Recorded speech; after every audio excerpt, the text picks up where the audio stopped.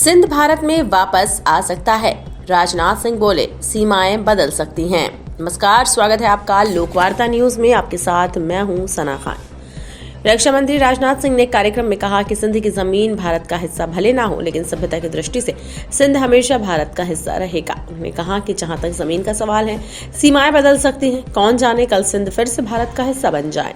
1947 में विभाजन के बाद सिंधु नदी के निकट का क्षेत्र सिंध प्रांत पाकिस्तान में चला गया और इस क्षेत्र में रहने वाले सिंधी लोग भारत आ गए। रक्षा मंत्री ने कहा कि सिंधी हिंदुओं, विशेषकर लालकृष्ण आडवाणी जैसे नेताओं की पीढ़ी ने कभी भी सिंध क्षेत्र को भारत से अलग करना स्वीकार नहीं किया। केंद्रीय रक्षा मंत्री राजनाथ सिंह ने दिल्ली के विज्ञान भवन में विश्व Sindhi Hindu foundation of association द्वारा आयोजित सशक्त समाज समर्थ भारत कार्यक्रम को संबोधित करते हुए कहा, मैं यहाँ लालकृष्ण आडवाणी का जिक्र करना चाहूंगा। उन्होंने अपनी एक किताब में लिखा है कि सिंधी हिंदू, खासकर उनकी पीढ़ी के लोग हैं, अभी भी सिंध के भारत से अलग होने को स्वीकार नहीं कर पाए। सिर्फ सिंध में ही नहीं बल्कि पूरे भारत में हिंदू सिंधु नदी को पवित्र मानते हैं। सिंध के कई मुसलमान भी मानते थे कि सिंधु नदी का पानी मक्का के आबे जमजम से कम पवित्र नहीं है।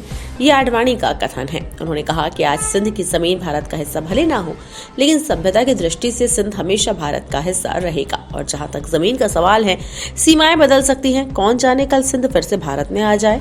उन्होंने कहा कि सिंध के हमारे लोग जो सिंधु नदी को पवित्र मानते हैं, हमेशा हमारे अपने रहेंगे। चाहे वो कहीं भी हो, वो हमेशा हमारे रहेंगे। और मैं यहाँ पर आदरणीय लालकृष्ण आडवाणी जी का भी जिक्र करना चाहता हूँ। हमारे नेता थे, आज हैं। आडवाणी जी ने अपनी एक पुस्तक में लिखा है कि सिंधी हिंदू और विशेषकर उनकी पीढ़ी के लोग अभी भी भारत से सिंध को अलग करने की बात को स्वीकार नहीं कर पाए हैं। न केवल सिंध में बल्कि पूरे भारत में हिंदू सिंधु नदी को पवित्र मानते थे। सिंध के कई मुसलमान भी मानते थे कि सिंध का जल मक्का के आबे जमजम से कम पवित्र नहीं है।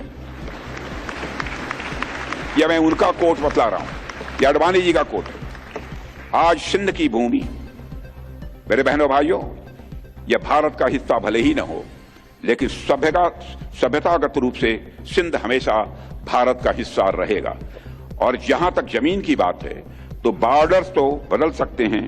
क्या पता कल को सिंध भारत में फिर से वापस आ जाए।